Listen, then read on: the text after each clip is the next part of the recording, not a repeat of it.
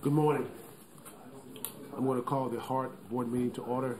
Glad that you all are here. Would everyone please rise for the Pledge of Allegiance? Pledge allegiance to the flag of the United States of America and to the republic for which it stands, one nation, under God, indivisible, with liberty and justice for all.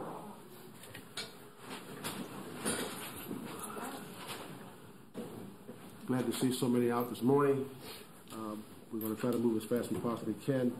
You have received in your mail, email, or books, whatever, that you have the minutes from the February 5th, 2018 meeting. Are there any questions, additions, or corrections to those minutes? Seeing none, may I have a motion to approve the minutes? Motion to approve. Motion by Mr. Mechanic, second by Commissioner Kemp to approve the February 5th, 2018 minutes. All those in favor, let me know by saying aye. Aye. Opposed likewise. Motion is adopted. Move the public input. Yes,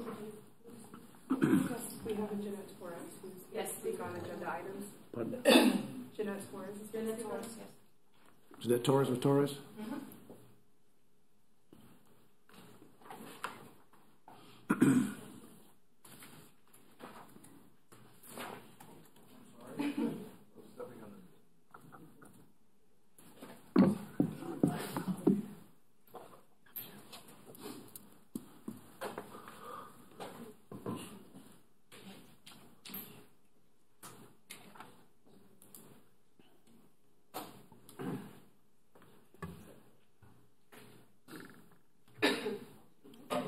Good morning. Good morning.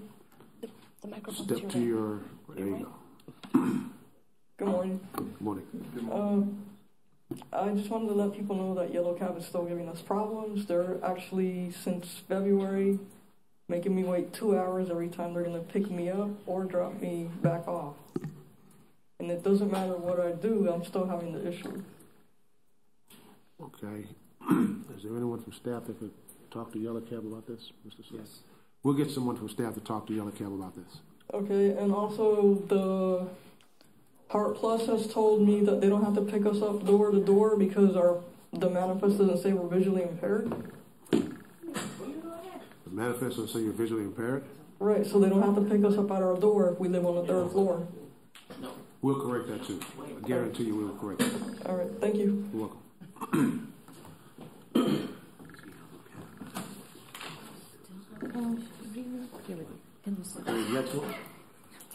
Next one is Henry Spells. Yes, please.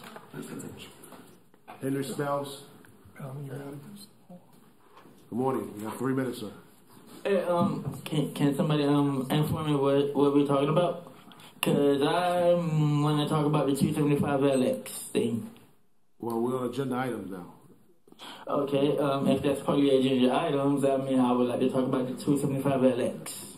Okay, go ahead. Okay, well, let's see. My idea of the 275 LX, I kind of think it's a good idea. I kind of think it's the best idea. And I think I'm going to pretty much love it for the fact that I did choose the one that has the weekday Saturday service, the one that serves almost all three, because I figure by going to UATC, then going to downtown, then going to the airport. I mean, come on. If you didn't have a car and you lived up in Pasco County, would you wanna get on 275 LX to go to the airport, TIA, on Saturday or Sunday? Am I right or wrong? Who wouldn't want to go to the airport on Saturday or Sunday? That's gonna be a good thing. Taking away. Renaming the 51 LX to the 275 LX. And Mr. J, if that's your idea, I'll give you some big ups. But do you think I can see you maybe after this meeting so you and I can talk one-on-one real quick? Who, me? Mr. J, the CEO, taking over for Catherine. Absolutely. That guy. I I gotta talk to you. I gotta talk to you about something. I mean, I ain't gonna hurt your butt, shoot. I mean, I just want to talk to you about something. But yes, HART Board 275 LX is gonna be the best route. I hope it gets people. I hope it gets people. I mean, I'm pretty sure the 51 had gotten people taking them downtown 2 trips, but this. With the 275, it's supposed to be almost like nonstop, right? Am I right, wrong? Almost like nonstop. Mr. Stewart? Every 30 minutes. 30 minutes? It's 30-minute frequencies to the airport. Oh, okay, so it is almost nonstop. Okay, I think I like that plan. I like where it's going. So, you know, I just want to tell y'all, keep it up. And then, you know, this Mission Max thing, I told you I was going to be all for it, but yet now I'm starting to go downhill with this Mission Max thing. Mr. Jeff, like I said, I want to talk to you after this meeting about it. But other than that, I can't wait to see the new opening of 275 LX. Thank you, sir. Is there anyone else wishing to address the body on agenda items only? Anyone else? Very good, thank you. We're going to move into recognitions. All right. Thank you, Mr. Chair. Last month, we held our annual rodeo event. Good participation from our staff. And with that, I'll turn it over to Ms. Burkhart to talk about our winners and introduce some staff members. Good morning, Ruthie Reyes Burkhart, Chief Operating Officer for HART. I'd like to tell you a little bit about our event. First off, HART hosted our peers from PSTA, our joint regional rodeo this year again on our property. We had a very interesting event. We had 10 bus operators compete for HART and 4 van. PSTA sent over a number of staff as well, 13 bus. They do their van service outsourced, so they didn't have any competitors there. 6 mechanics or 2 teams participated at our event. I'd like to introduce you to our contestants today. With us today we have Mr. Guardio, and I'll say it for short because I'm sure I'm going to mess it up. His first name, Guardio Falero Ramos. He's our first place bus operator winner. Please stand up, sir. Guardio is a HART rodeo veteran. This is his 4th time competing. He's finished top 3 every year. In 2015, he came in 2nd. In 2016, 3rd, and in 2017, and of course, he came in 1st place this year in 2018.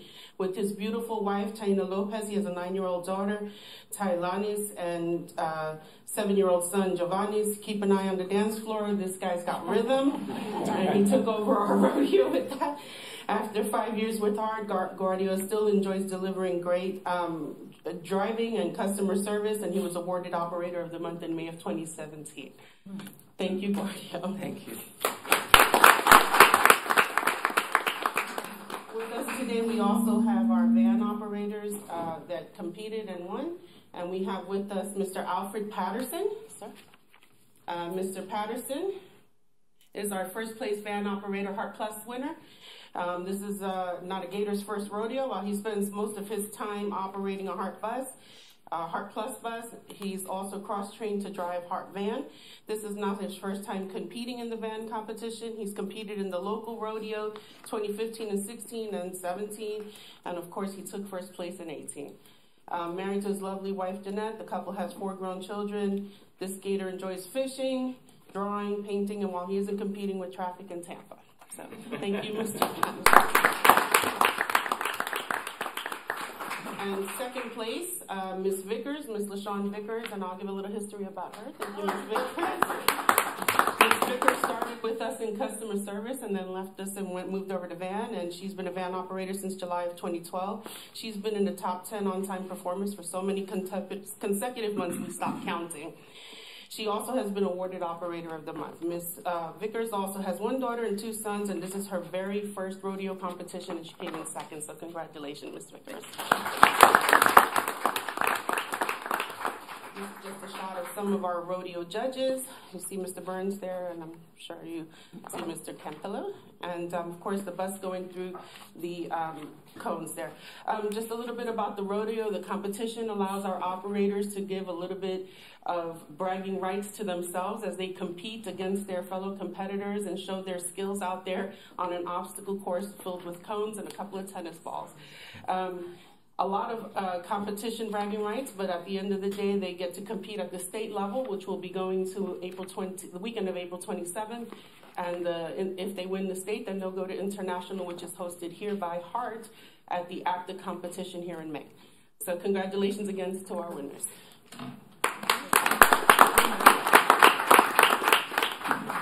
Well, congratulations to the three of you, and I hope you move on to the international competition. It'd be great to see you there, so congratulations.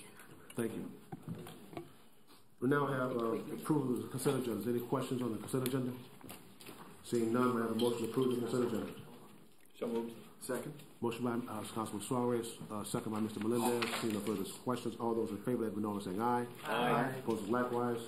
Motion is adopted. We move now into the regular action items. Mr. Seward. Thank you, Mr. Chair.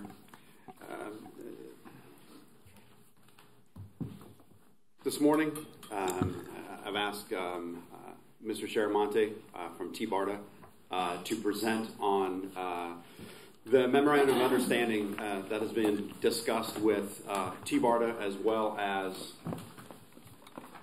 I jumped. You did. You can stay there, right? Okay. This will be really quick. Okay. Approval of action items not reviewed by the HART board committees. As you may recall, I had sent a note out last week. Director McLean and I had the opportunity to go to the APTA legislative conference in D.C. We also had a very productive and successful day meeting with our congressional delegation as well. This action item, due to the fact that we didn't have a board meeting in March, I had asked the chair for authorization to have Director McLean travel with me to D.C. He approved it, and it is now coming back to you for final verification and approval. Okay. So moved. Motion by Commissioner Suarez, Councilman Suarez, second by Mr. Melendez. Any further questions? Seeing none, all those in favor, let me know by saying aye. Aye. Opposed, likewise. Motion is adopted. Mr. Seward. Ray, now you're up. Again, this morning, Mr. Sharamonte is here to discuss with you the memorandum of understanding between T-BARTA and HART and various other agencies as it relates to the Regional Transit Feasibility Plan. Ray, thank you. Thank you. The MOU that, excuse me, that you have in front of you basically formalizes the collaborative partnership between T-BARTA, FDOT, the MPOs, and the transit agencies in the three counties that will be necessary to move forward. It considers that whatever the Catalyst project ends up being will require active engagement and approval by multiple governing boards. Specifically, the MOU outlines the process to plan, implement, and operate the Catalyst project. Again, this is spanning three counties to start with.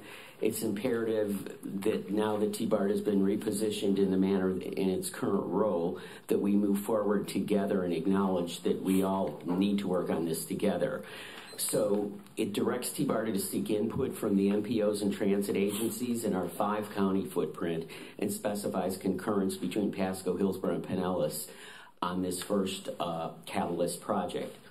What is clear through the MPO is that T-BARTA's ability to implement comes through collaboration and partnerships with regional partners.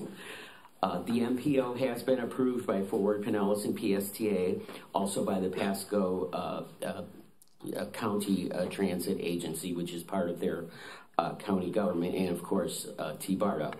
There was some suggested changes that center around the MPOs having the responsibility in determining whether to include the RFP and its component project or projects in their long-range transportation plans.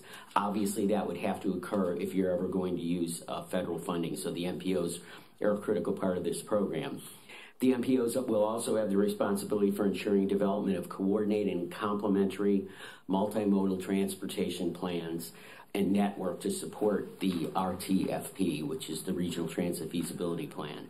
Remember, T-BART has been charged with with doing a 5-county plan to provide the supporting mechanisms for the Catalyst project. Again, HART and then the Hillsborough MPO tomorrow are the final agencies before it goes back to the TBARTA board for their final approval. Thank you, and I'll be happy to answer any questions you have. Are there any questions of Mr. Chairman? Any questions? Seeing none, may I have a motion? Move approval. Motion by Councilman Suarez, second by, here, second? Ms. Donahue, Councilwoman Donahue. See no further discussion. All those in favor, let me know by saying aye. Aye. Opposed likewise. Nay. Motion is adopted. HART Plus Certification and Service. Kimberly Green.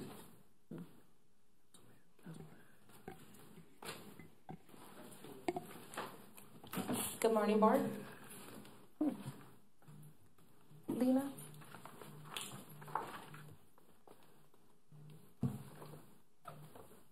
Lena? I need help with the presentation.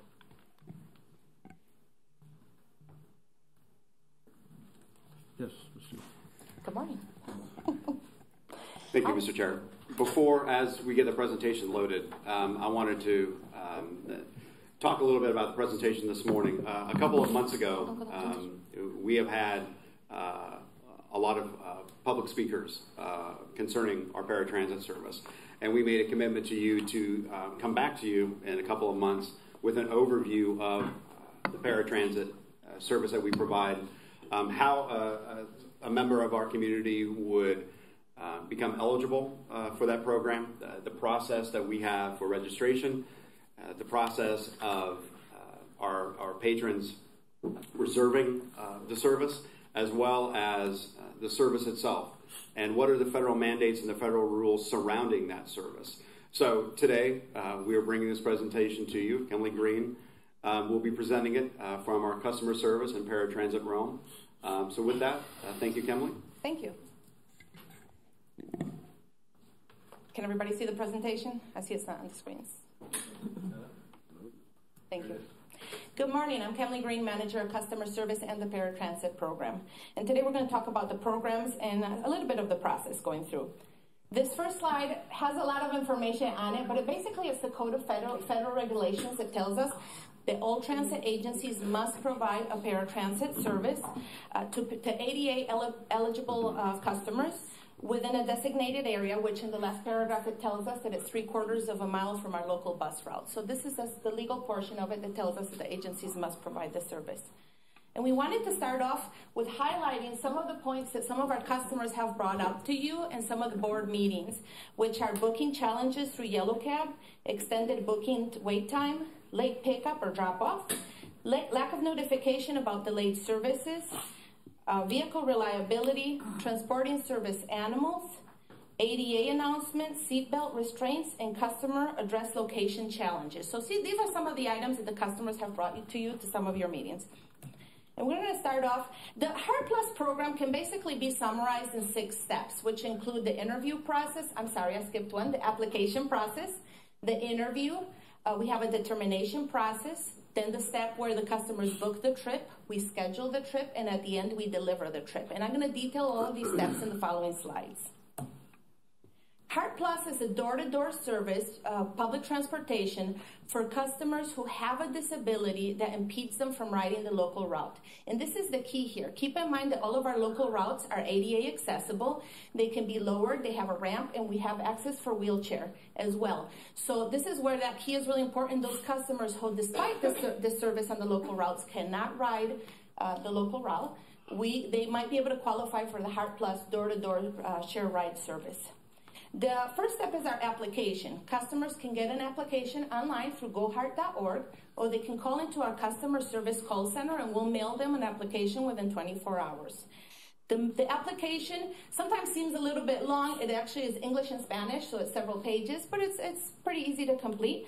And it includes information such as disability, mobility equipment, and ability to use the fixed route. It also has a medical release information, and it has one page where a doctor or nurse practitioner completes and lets us know about the disability the customer has, again, that impedes them from riding the local route.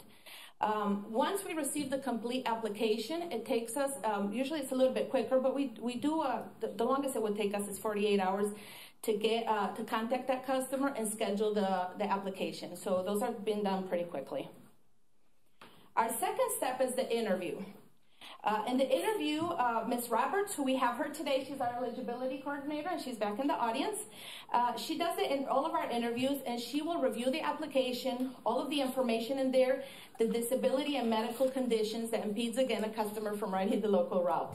We will discuss fares. The HART Plus is a $4 each way, so if you're doing a round trip, it would be $8. We'll discuss the service area, which I mentioned earlier, 3/4 of a mile from a local route.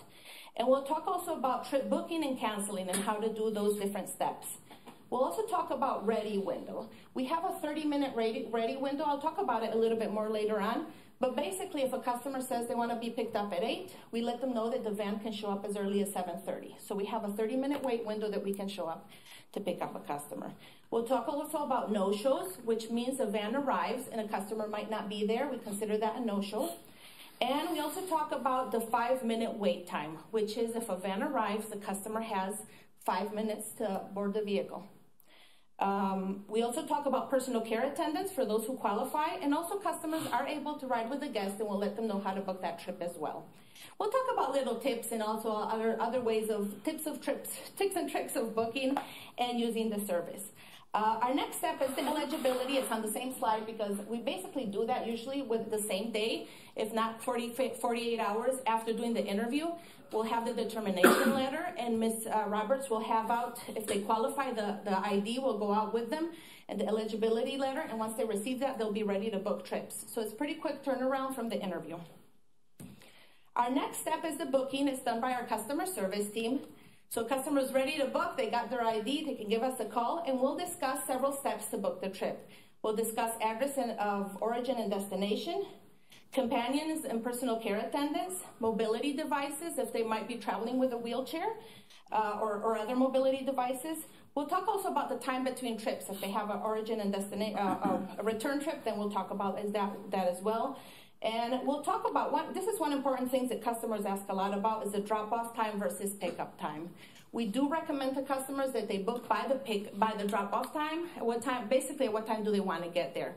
Our trapeze system helps if they tell us, for example, they want to be somewhere at 9 a.m. The trapeze system will take into account several things between distance and traffic and all of this, and let them know what's the best time to pick them up so we can get them to where they want to be on time.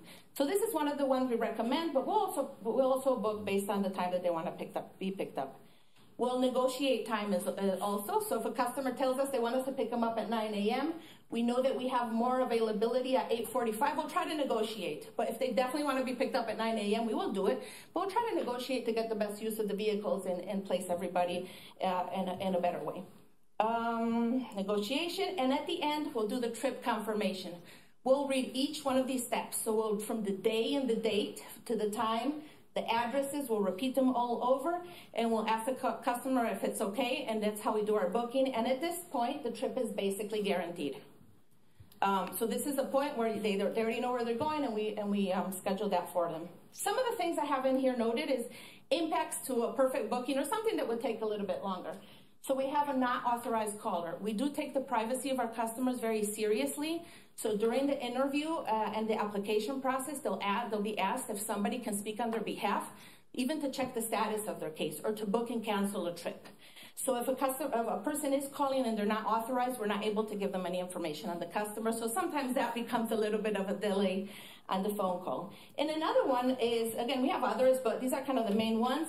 We have customers undecided of the address and times. Sometimes they'll tell us, for example, they want to go to the Walmart on Hillsborough. And we have several Walmarts in Hillsborough. So our CSR will have to go in there, pull up Google Maps, and maybe talk about cross streets. We want to make sure, this is very important, that we take them to the right location because we're unable to do same-day changes. So basically, we already have our manifest ready, so we can't do those same-day changes. So we're very careful when we book that trip to make sure that we are booking them to the correct locations. The nice thing about the program is reservations can be done every day, 7 days a week from 8 a.m. to 5 p.m. Customers can call us from 1 to 3 days in advance. So what this is telling you is that we don't have same-day service through HART Plus, but I will talk out later on about the same-day service through the Customer Choice Program. I have here a sample trip and a little screenshot so you can see a little bit what our program. We use Trapeze, and that's a screenshot up there. We have a trip here for Miss Minnie Mouse, and she's asked us for transportation from the Walmart in South County to the Northwest Transfer Center in the Town and Country area. As you can see, and we do have several customers that do a trip, this type of trip. This customer has asked us that she wants to arrive at 9 a.m. The distance is 34.48 miles. So our system has calculated that she needs to be picked up by 7 a.m. for us to be able, from South County and traffic and miles, it takes all of this into account to be able to get her to her destination by 9 a.m. If you see in the bottom, that tells you if somebody would do that trip on a bus, they would have to take several routes, starting with the Flex, transfer to a couple of routes. Where in the HART Plus, they're having one trip. It is a little bit long because of the distance in miles, but it is one trip, where in the bus, they would have to take several buses to accomplish that trip. I'm trying to slow down. Sorry, I know I speak fast. When I speak Spanish, I go really fast. So I'm trying to slow down, sorry. Step 5 is our scheduling, and our service development team does this one. And there's our paratransit schedulers. So we're talking about batching here. What batching means is we got all those trips that the customer service booked, and we're putting them into a manifest for each one of the operators. So we did guarantee that trip. Now we have to figure out in which van we're going to put each one of these trips. And that's why we stop it at 5, because we need to make sure that we get everybody and everybody has all their runs ready for the next day. So we will do 2 types of batching. We'll have an automated live batching, which is done every 20 minutes. The computer looks at all the cancellations and relocates the trips. So this has quite helped us. We sped this up recently, and this has really helped us with our on-time performance. And so as we do have customers that call and cancel at the last minute or cancel a couple hours before, and our computer relocates everybody, and we get the best use of our vehicle that way. We also do a manual batching because our computers can't do everything. We do have our schedulers that go on typically towards the end of the day, and they will look at anything or any unresolved trips that the computer couldn't resolve. So basically, they'll look at the complicated ones. Any trip that's more than 20 miles or at peak hours or booked at the end of the day, then our scheduler will go on batch and put every trip and try to fix it so we best utilize our vehicles, and the customers can also get the best experience. Some of the key parameters that we take into account when we decide what person or what trip we put in which van are onboard performance. We try to minimize distance, minimize deadhead, and maximize the geography. And our final step is step number 6. It's trip delivery, the day of the trip. Basically what I have here is stuff and some items that will impact us or stop us from having a perfect trip. Our dispatch team and our operators team do a great job with this, but things happen. There are items that happen that impede us sometimes from getting there, or that we have to rush and try to fix so it won't impede a service delivery. So we do have traffic and weather conditions and constructions. Customers on occasions are not ready to board the bus, and we have to, try to locate them, or there's a no-show. We'll get somewhere, there's not a customer, and we're trying to locate that customer. That slows down the trip for everybody else. And that ties into the next bullet, which is unable to locate customer. Sometimes we have to do that call to see if we try to do a courtesy call to see if we can locate the customer. Sometimes they're in the mall and they're at a different entrance, or they're heading that way. So that slows down the trips a little bit. We're also missing gate code comes up on occasions. Customers might forget or might not know that their complex changed the gate code, and we're not able to get into the complex, and we're trying to do those calls to try to get in to pick up the customer. Customers also have emergencies on occasions or don't feel well. If they have somebody on the van that's slowing down, that person is slowing us down, but we have to take care of that customer too. So our dispatch is doing a great job in trying to assist that customer to help them with their emergency, and sometimes trying to relocate those other trips to try to pick everybody else on time. So they do a little bit of juggling there, but they do a pretty good job. And our last bullet is traveling with a mobility device that wasn't reported during booking. We do have occasions where a customer forgets to tell us that they're traveling with a wheelchair, maybe that they weren't feeling good and they didn't realize that they were traveling with a wheelchair. and maybe our van is already full, or do we send, a different type of vehicle that's full, or that we have more customers that are going to be traveling with a wheelchair later on, so we have to do a little bit of juggling too with that trip. So those were basically our 6 steps that we have. We have a little bit here of HART Plus at a glance. Right now we have a little over 3,400 customers certified to ride HART Plus. This year, so far, we've received a little over 2,000 applications. Right now we have 63 HART Plus vehicles and 82 qualified van operator positions. And if you see that chart on your right, you see most of the trips that we do, 46% are medical trips. So they could be at hospitals, medical, doctors, dialysis. And the other 2 big ones are for employment and education. And there's a little bit more of a breakdown, but we just wanted to give you a general idea of the different purposes of why our customers are traveling. The table at the bottom tells you a little bit our total trips, and it talks about that window I mentioned earlier. So if you see FY16 has 2 numbers there, 30-0 and 30-10.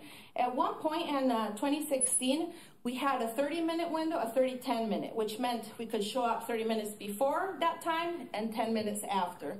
Remember I told you earlier, if a customer wanted to be picked up at 8, we could show up as early as 7:30.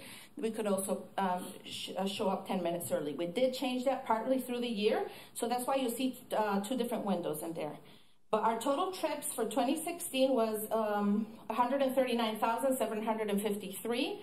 For FY17, we had a little bit over 140,000.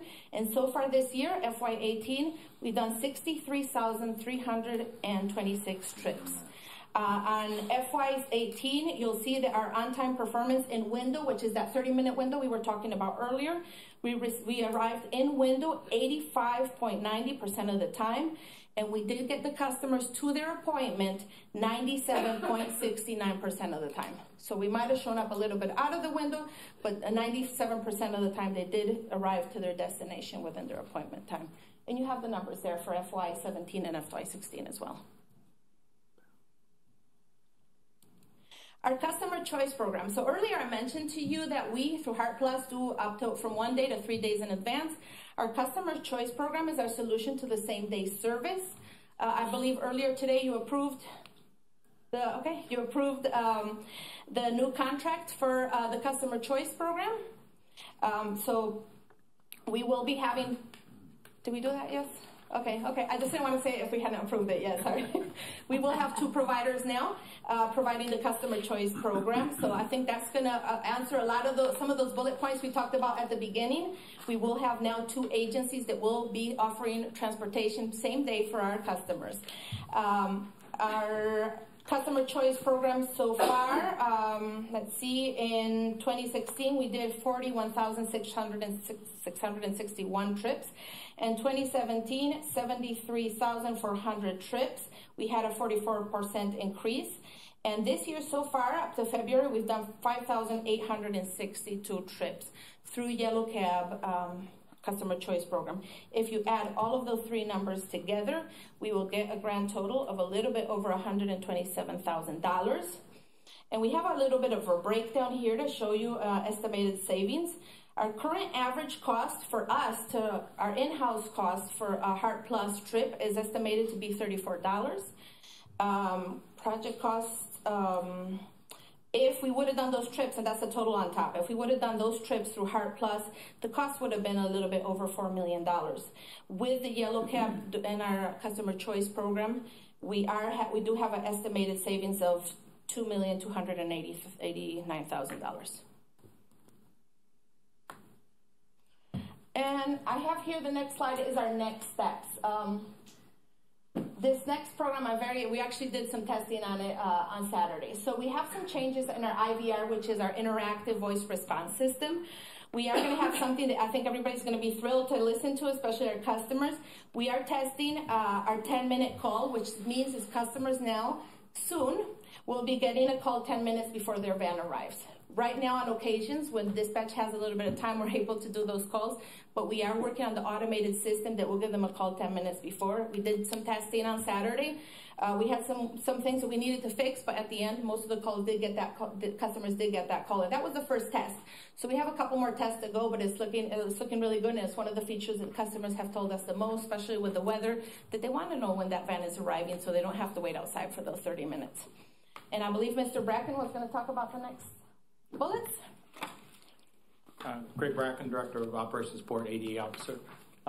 Just want to give you an update on some upcoming events that we've got coming to help solidify our paratransit service as well. Voice of the customer, you're very well aware, TransPro has done it for us in the past. This year we've expanded it. It will be doing our paratransit division as well. So you will get some information from our customers on their service that they're getting on us on a daily basis during this year's survey process. Paratransit audit, we are going to do an in-depth look at our own operations. An outside firm is being contracted through our procurement department as we speak to come in and do a nuts and bolts assessment of our entire processes and look and see where we can improve and what we're doing well, what we're not doing well, all the way through. So that should be coming here in the next few months. So, Secret Shopper, our ADA Accessibility Committee, we had a meeting last month. We have asked for our committee members to be secret shoppers basically for us. They'll start writing and they'll start giving us a report on their trips out there so we can be, have a more hands-on approach to what's going out there on the field. With 68 vehicles out there, it's tough to know what's going on everywhere. But our customers are our eyes and ears out there, and they keep us very well apprised of what's going on out there, and we try to fix those problems as they're brought to us. So that's some of the things that are coming up here in the very near future for us. Thank you. Mr. Mechanic, you recognize. Mr. Chairman, could you, either of you, describe what the procedure is when someone calls and says there's a late pickup or a missed pickup that's outside the window? I understand you've got a 30-minute window there. But something beyond that, what is the procedure for investigating and then discussing it with the passenger? Yes. They do call into our customer service team, so if it's something that's happening real time, we do talk to dispatch right away. We have a great communication with them to see what's happening, if the vehicle, if it hasn't shown up yet, why it hasn't shown up. And the first thing we do is try to see how we can assist that customer right away. Even on occasions, the operator will call us and say, hey, the address just doesn't seem right. We'll also try to fix those, even with the operator calling us right away. So again, the first thing we do is try to get them where they need to go, but we will follow up. We have a new system to track all of our complaints through C-Click-Fix. So we put that in there. Even if we've resolved the issue of that day, we will put the complaint into the system to try to investigate further what happened. Why was it really that late and what we can do. Those go through my team, and then they're assigned to the manager who is over either the operator or the dispatcher. And they usually have around 7 days to respond to those complaints and follow up as well. And then do you get back to the customer at the end of all that to explain what happened? And I mean, whether they may have made a mistake or the operator made a mistake, do you go through all that with the passenger? We do, but on a lot of occasions they already know. Like a lot of times when the van arrives, they've already had that conversation with the board operator. So if we had that conversation, if the CSR, or my customer service rep, already had that conversation with them and they already told them kind of what the situation was, on occasions we might not call them back. But we do if they don't know at all what's happening, what the situation was, we always call them back as well. I was going to say something else now. And then on the day-to-day, our dispatchers are monitoring it. We have software program, Trapeze, that has the actual manifest built there. It actually turns to red and tells them that the trip is running late, so they can take actions to try to mitigate the continued lateness of that vehicle. And then we also have Tom Ball, who is our manager of paratransit services. He also investigates those issues on a daily basis, and he's also monitoring it with those dispatchers to make sure that we're doing the best we can. So. Okay. Yeah. You want a question now? Commissioner Kipp, you recognize. I guess you have one more page to present. We did have the first slide that we had at the beginning, which is the. I didn't want to interrupt what was the presentation, if I am. Yeah. I thought it was an incredibly wonderful presentation. I learned so much, so thank you very much for going through all this. And I just want to go through some questions because we've been... Commissioner Kemp, hold on. I don't think they were through yet. Oh, okay. I'm sorry if they weren't. You want to go ahead and do the last one? Sure. These are the same bullets that we saw at the beginning with issues that the customers have brought to you guys in the different meetings. So some of them we addressed through the presentation. With the booking challenges through Yellow Cab, we're hoping that with that new contract you just approved, this is going to be a great change. Customers will have two options to ride in two different services. And we have been addressing also the issues directly with Yellow Cab. Extended booking time. Through the IVR system as well. We are working on having the system where customers can book through an automated system as well. So they'll be able to book 24/7, not for the following day, but for the next 2 days. Because remember at 5, we close it because we need to work on the manifest. But we are going to have a 24-hour booking process. Let me see. Again,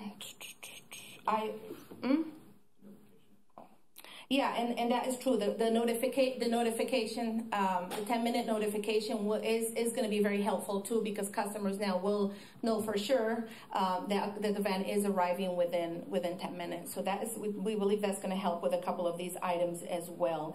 I believe the ADA announcements is something I believe that mainly came up with the local routes. Mostly with the local routes, and we have been working closely with our operators. They have gotten some messages through their communication system to remind them, and we have brought that up to them in several of their meetings. When the automated system is not giving them those ADA announcements, the operators should be doing them verbally, and they are aware of that, and we are working to that directly with the operators that have not doing it. As soon as we get that report, it goes through that system I told you earlier, and we do address it directly with each one of the operators if the situation isn't corrected. With the seatbelt restraints, I believe mainly that was also the buses, and we have worked with our maintenance system to check all of those seatbelts and make sure that they're all working correctly. And customer address location challenges. That's one that we try to do it on a day-to-day or trip-by-trip. On occasions, we have customers that are traveling to locations that might not be in GPS yet, or might not be in the Google because the neighborhoods are too new. So on occasions, we'll work with dispatch will call us if they have a problem locating it, and we'll help them call the customer. And that's one that we kind of have to deal one-on-one with the customer when the situation happens. Okay. Now, Commissioner Kemp. Again, I think it was an excellent presentation. No, that's okay. I saw the last page and I was confused about whether it was going there or not and what. So it sounds like the phone calls are a brand new, that you haven't done that before. You just started it? The 10-minute call? Mm-hmm. Well, we haven't started it. We tested it on Saturday for a couple of hours. That is brand new. So that's one of the new features of the IVR is it will be calling customers 10 minutes before their trip. That's brand new, and also the feature I mentioned where they'll be able to book 24 hours. Those are coming soon. We're testing them right now. That's excellent. I was surprised to see that booking was on the weekends, actually, from 8 to 5 also. Yes. But so what are the hours of the service? HART Plus service? They're the same hours as the bus. So the HART Plus service, remember I told you it's 3/4 of a mile from a bus, so it goes depending on each bus. It will mirror the schedule of each bus in each one of those areas. So if the bus works on weekends in that area or evenings, the HART Plus will work. Yes, it mirrors the buses. Yes. Okay, great. How do people, when they're use the service, and if they do have issues with the service, it sounds like a lot of people do get to you, and you talk to a lot of people. But how do they know what number to call? Since I had heard before about booking being done, at least at some cases, like through Yellow Cab or whatever, and then if they have an issue, then they call a different number. I'm not sure how that works.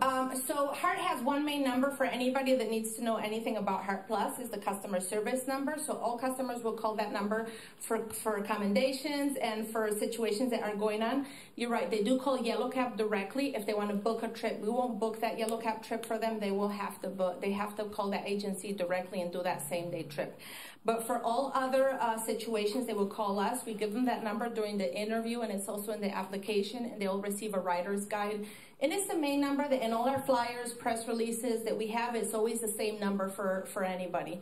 And we do have that tracking system. You were calling about it, you spoke about issues.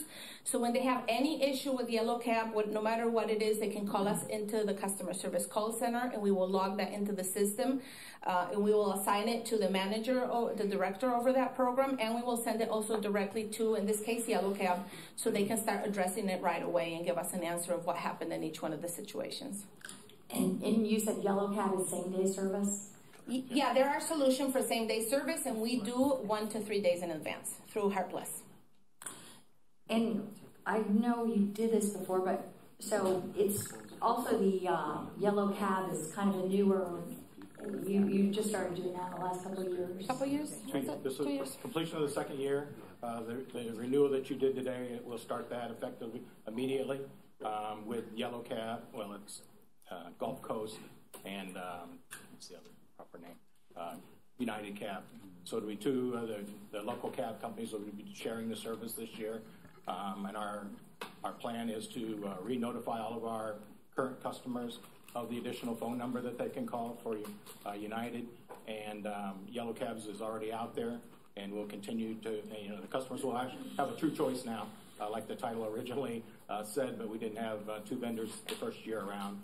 But this year we did have multiple vendors, so we were able to provide 2 and let our customers choose who's doing the better service, who's doing the better on-time performance in that, and they can actually have a choice in the matter.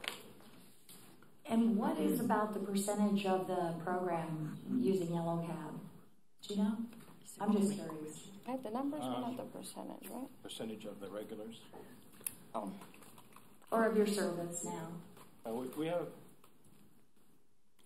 It's hard to tell because on the voucher program, I'll give you an example. Our biggest month, we had one customer that traveled 116 times during that month. So there's a lot of repeat customers that are using this service, and so it's very. I could probably get that number for you, ma'am. But like I said, it's a very large amount of repeat business. Our ridership for wheelchair users in our regular HART Plus is about 20%. It's about 40% on the Yellow Cab system. So there's a lot more of the wheelchair users that are using the Yellow Cab currently. And they have stepped up and bought new additional wheelchair accessible vehicles for us. Plus this going with 2 vendors, that's going to double the amount of wheelchair accessible vehicles that we have in the system for our clients to use too. So we're very happy with that. So. And there wasn't a presentation done on this, but I don't know. I'm just what is the total budget a year for HART Plus and the Yellow Cab, which I guess is qualified, or the cab service, which is under HART Plus? What's the total budget annually? For the Yellow Cab system, we budgeted $1.2 million for this year's service for the Yellow Cab system alone, and I don't know our approximately $6.4 million for the HART Plus system. Mm-hmm. So you're talking like close to $8 million or so. And Jeff might be better able to answer. I'm not sure, but I'm just curious. So is there, the federal government mandates a 3/4 of a mile pickup, and is there federal money, grant money that comes to pay for that, or is that money that comes directly out of our budget? How does that work? We wish there was money coming directly, but it's an unfunded mandate that is put on all the transit agencies in the country, so we are just required to provide that. I think it's really important for us as a agency to make sure that the public knows and understands that service exists and the costs that are in that service, because I think it's not spoken to often. The other question I asked Jeff, this, and you might be able to answer this more when we were talking about this, was the county also has its sunshine service, and I was looking at that because, in a lot of ways, except that it's more expansive in what it covers. It covers a great deal of service. It's a social service right. program. But I'm just wondering about the coordination between the 2 programs. And we have had discussions on Many years. many years on collaboration and discussion with the Sunshine Line, and we are still in discussions with Sunshine Line, specifically after the changes with Mission Max in October of last year. Obviously, we did eliminate some fixed routes that had requirements for para. We have been working with or discussing with Sunshine Line of assumption of those services now that we don't have that federally mandated route to have to support. They were unable to fulfill that, basically due to Sunshine Line having to focus strictly on medical appointments. What we are doing is engaging Sunshine Line now to see if they can expand their base of past medical appointments to, as you saw on that pie chart, for school to work, for entertainment, and to see if some of those riders that we're currently supporting with no fixed route mandate anymore, if we can move some of those riders over to the Sunshine Line. So the topic of Sunshine Line and cooperation between us and Para with our Para program has been something that's been around for quite some time. I think we have a very good relationship with the Sunshine Line, but they have the parameters and restrictions on funding. We have our issues with our funding, but we all serve the same service area, so working collaboratively only makes sense. So we will continue to pursue discussions with the county, particularly Sunshine Line, and we will report those back as we solidify any shifting of service that can occur. Do we know, I have no idea about this, but are there models like in other places, like Orange County or Miami-Dade or whatever for, like, do they have two separate services like that? Are there models for any other, do we know? Yeah, there's all those models out there. It's a gamut out there of all different options out there. Some are contracted, some are not. Some agencies are the CTC, so they're doing the Medicaid and the Medicare transportations as well, along with the ADA. But as this agency was set up, we're only doing the ADA component of it right now, and Sunshine Line is doing the Medicare and Medicaid program. So it is different rules and different qualifications and everything. So it is two different animals that have to be very well monitored if you do go that route. But yes, there are both options. And again, I just wanted to, when you talk about $8 million of this service, our ad valorem tax collection is like $39 million. So we're talking about a fifth of our budget on HART Plus. And then the countywide, I think it's about $8 million also. So I think it's just important for us to understand that service and for us to communicate that to the public about what we do. Because that's a service that we sometimes it isn't looked at strongly enough or understood to be such a strong part of our budget. Pardon me, I just wanted to update that number. It's $6.2 million total, inclusive of the Yellow Cab program budget. Thank you. Commissioner Murphy, recognized. Thank you. And you know this issue has been always at the top of my radar every single year since I came on the HART board. I want to just make sure that there is collaborative discussions ongoing. Like, I'd like to see you have regular scheduled quarterly meetings with Sunshine, because I think there's still efficiencies that can be achieved there. We go all the way out in the county. We don't have a lot of bus service out in the county, so we can't even use Sunshine Line out in the county. And that is kind of, I guess that's an issue for me, that we have a lot of disabled people that live outside the city limits pretty much. And I'd like to see more collaboration in some respects to see how we can expand that. And actually, I'd love for you guys to sit down. Your report was really good. And I know you're limited, but I'd like to see it really, see how you can work with Sunshine Line to help some of these people out in the county. Because I know we get calls, and it's not just the social service call. It's somebody who's disabled. That probably fits in your profile, but we go ahead and take care of them anyway. So I think that's where I just want to make sure there's cross collaboration, because I think that we could do one call center. I don't know why we couldn't do one call center that serves both HART Plus and Sunshine Line to achieve kind of a more of an effective distribution of clients that call, and maybe handling their problems on the phone through more enhanced training. So, I mean, it's just an idea.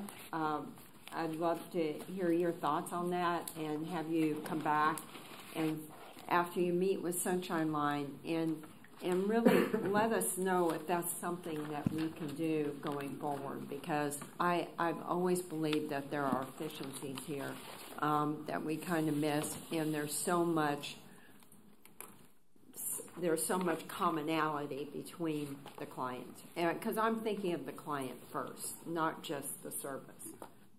And I know Ms. Merman knows, Commissioner Merman knows this, but Director Scott Clark from Sunshine Line is on our ADA Accessibility Committee.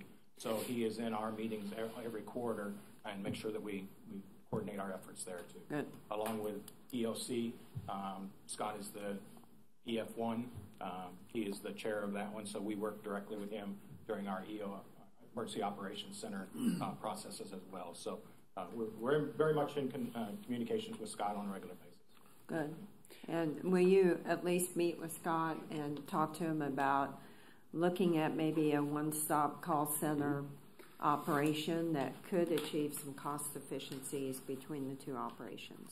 And with that, we're going to take that a step further. We're going to be discussing with Sunshine Line, but we have discussed one of the stats that we've looked at recently is between counties and between transit agencies throughout the country, the amount of those agencies and those counties that provide the service directly, we are in the minority. So looking forward, particularly with the budget conversation I'm going to have in a few minutes with you, we need to look at ways to provide this service in a much more cost-effective and efficient fashion. And what we're looking at, we're going to be looking with the audit itself of the processes that we currently employ to manage this, as you saw in the presentation today. We're also going to look at how to deliver the service in the future.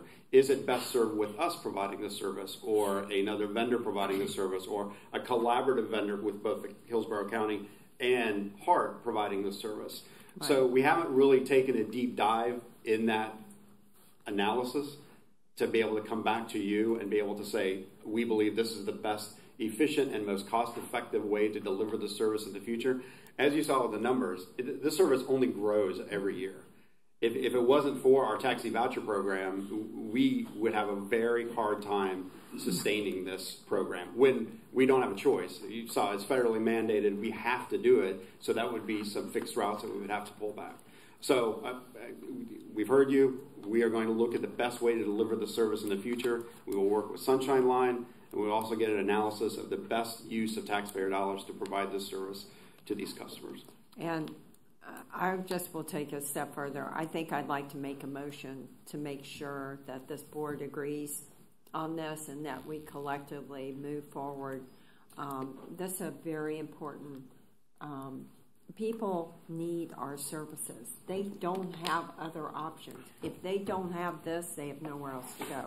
So I want to make a motion to have Jeff Seward and the staff, ADA staff, come back to us with a plan showing how we can be more cost effective with the taxpayer dollars and also serving more increased county residents moving forward. Is there a second? Second that. There's a motion by Commissioner Murray, second by Commissioner Kemp. Mr. Harden, you recognize. I have a question on the presentation. Go ahead. Just two quick questions. And so the numbers for the customer choice program are a subset of included within the numbers for the HART Plus program. Is that accurate? No, sir. No. Okay. So they're totally separate numbers. Right. So then annualized the first quarter HART Plus number 70,000 would mean that the program would double this year from 140 to 280 if you multiply the first quarter times 4. Is that? The number at the bottom was for February only. Well, I'm looking at the HART Plus at a glance page. Total trips 69,000 for the first quarter of fiscal. Okay. Yes, so sir. we're on track to double.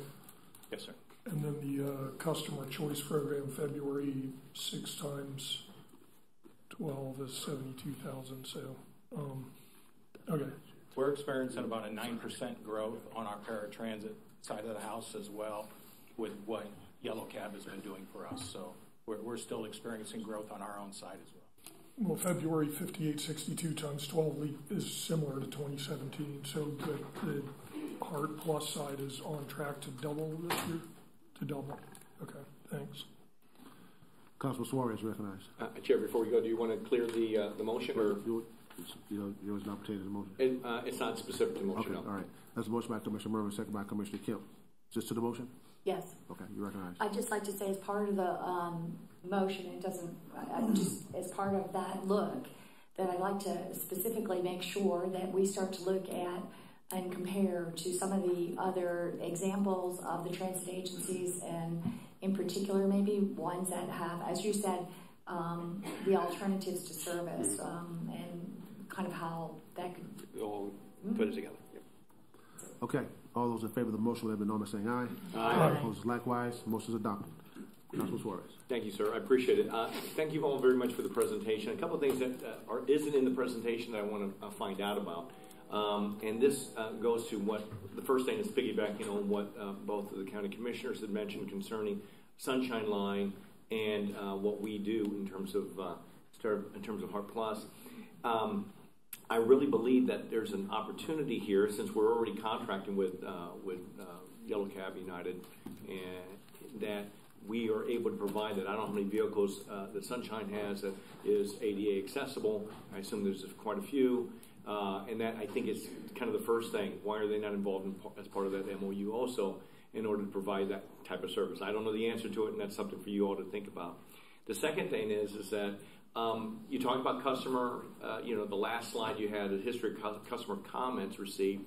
One of the things that we kept receiving from folks that use HART Plus over the years that we've been here is the way that drivers treat those folks that ride us, that use this service, okay? What is the demographic breakdown of the ages for those people that use HART Plus? You all know that? Any ideas? I can't my assumption is because there's some ADA, there's going to be probably a larger number of people that are older.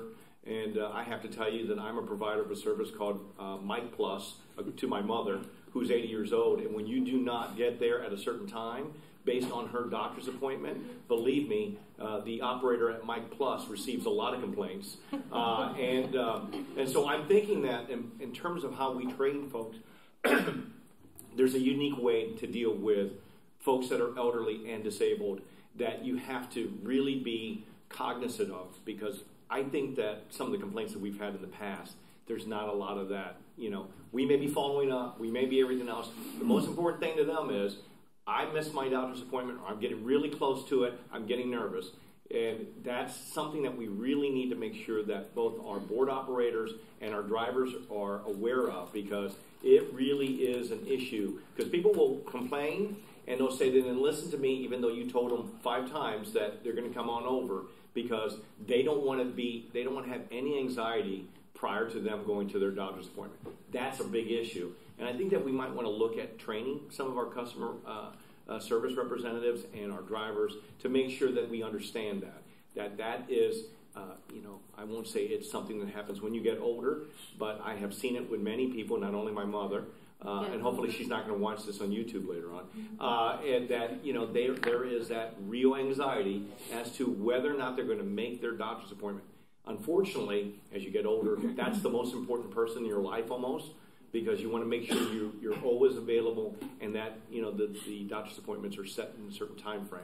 Time to them is extremely important when it comes to that. So if you could look at providing some additional information, I think the demographic breakdown would be extremely helpful for you in order to come back. And you can come back to us, or you don't have to. I think that you need to look at that, though. And maybe we can talk about it another time. But I think that's kind of the missing piece here. I know you're trying, and I think you're delivering service fairly well, but it's the customer experience that's the most important thing. If they don't think that you're doing your job, even if it's at 97% clip, doesn't matter. They're going to complain to us every single time. And I think that that's extremely important for you to be aware of, okay? Thank you. And then when I get complaints, I'll tell my mother to call you guys. Yes. Okay. Thank you. Thank you, Chair. Ms. Menendez is recognized. Thank you, Mr. Chair. I'd like to consider moving operator Mike Plus for the upcoming bus rodeo. You're moving the rodeo, that's all I'm saying. No, withdrawn. No, I just want to say thank you for a great presentation.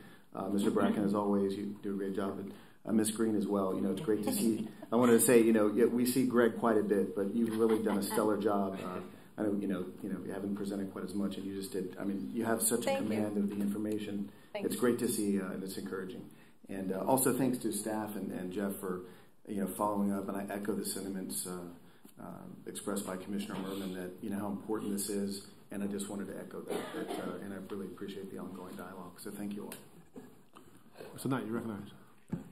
Again, great presentation. I'd like to know, looking at the numbers, like the 69 so far this year, has the amount of vans, vehicles on the road, have you increased that any? At this point, no. We are stagnant at where we are right now. We have already made a proposal for next year's budget to do a small increase to help adjust to our growth in our department. But yes, we are required, no denials, so we are responsible to make sure that we have enough resources to provide the service that comes to us through our clients. So, yes, sir. Councilman Donohue, you recognize. I was going to say that I was going to call Mike Plus as well because my sisters and I have a spreadsheet to take care of my mother's transportation issues. So, but it takes 5 of us to do that. So I understand. I want to thank you very much for this. And the main reason I want to thank you for this being a live presentation is that we do have members of the audience and we do have public who pay attention to these meetings and they hear the complaint. They hear that person who comes and says they didn't pick me up or whatever the issue is. And the 97% rate is amazing, but it also says that every voice is heard. So for you to be looking at these things, and I mean, by moving to 2 providers for the cab is huge. I mean, that obviously, I think they'll be telling to see how that contract looks at the end of the year to see who, and hopefully it'll spur some competition among the 2. I think every day is a rodeo out there. I mean, I really do. There are no cones. These are live people. And I just want to applaud the staff, the administrative staff, as well as the drivers and all of those who make those trips possible. I really do appreciate the fact that the listening audience now hears what you're doing and how you're doing. It's not about us. It's really about what y'all are doing. So thank you very much. Any other comments? Seeing none. Thank you very much. Thank you. Thank you. Just see what fiscal year 2019 philosophy. Thank you, Mr. Chair. Board members, it is the time of year as we start to prepare the next year's fiscal year's budget. But what I want to do this year, prior to you seeing a lot of graphics and pie charts and estimates on revenues, which I promise you will see starting at committee this month, I want to talk a little bit about tone, direction, and really the direction the organization will take, really using FY19 budget and a lot of the work that was done this fiscal year of laying that stage. So I think it's important to really lay out where I believe we're going fiscally as well as operationally. And this is the time that if there is a disparate difference between what you hear me talk today about strategy moving for 19 and where the board wants to go, obviously before we move forward with the budget, this is the time for that conversation. So the very first slide you're going to see, and I show this, we've had a couple of our board members that have asked for this information, and we have produced it. We were slow in getting it out. But why I want to show it, the reason I want to show it today is not to for any self-pity on HART staff's side as far as where we stand in funding compared to comparable properties throughout the country and in the state of Florida. It's really to frame where we are as an organization and what our capabilities of financially moving forward, to really frame that discussion before we get into the strategy. And when I assumed this role in December, one of the very first presentations I gave was looking ahead. And I had discussed that imaginary box that HART operates in. And that imaginary box isn't really imaginary. It is truly set with solid parameters. And those solid parameters are made of money. They are made of our financial ability to deliver what we have promised the community that we were going to deliver. And I want to paint the picture again that the box hasn't changed since December. The box hasn't changed really in the last 6 years. But we have to have the realization that, again, the box is going to stay the same.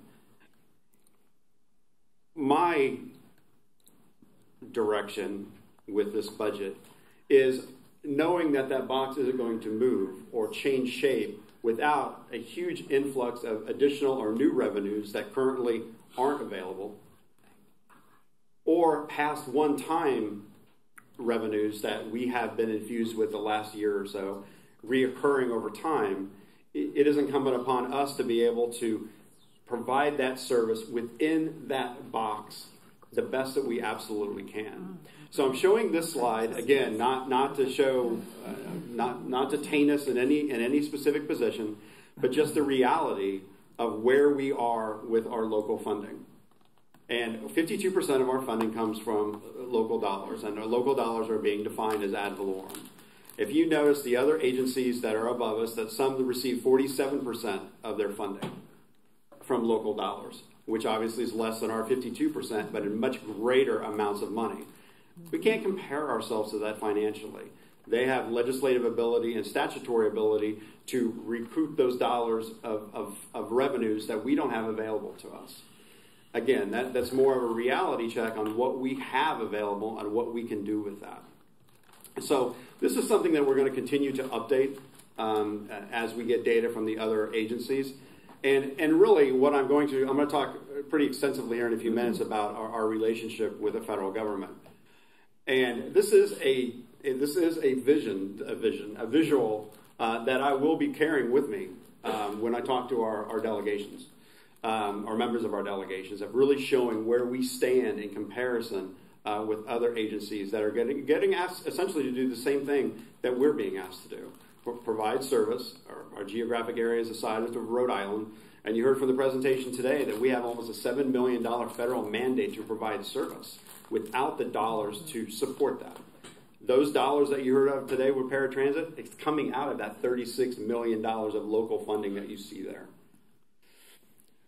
So I just want to sort of set the stage of again, that box. We know we're in it. But it doesn't have to be a woe is me box or we can't do this box. It's a let's figure out a way to best use the resources that we have available within that box.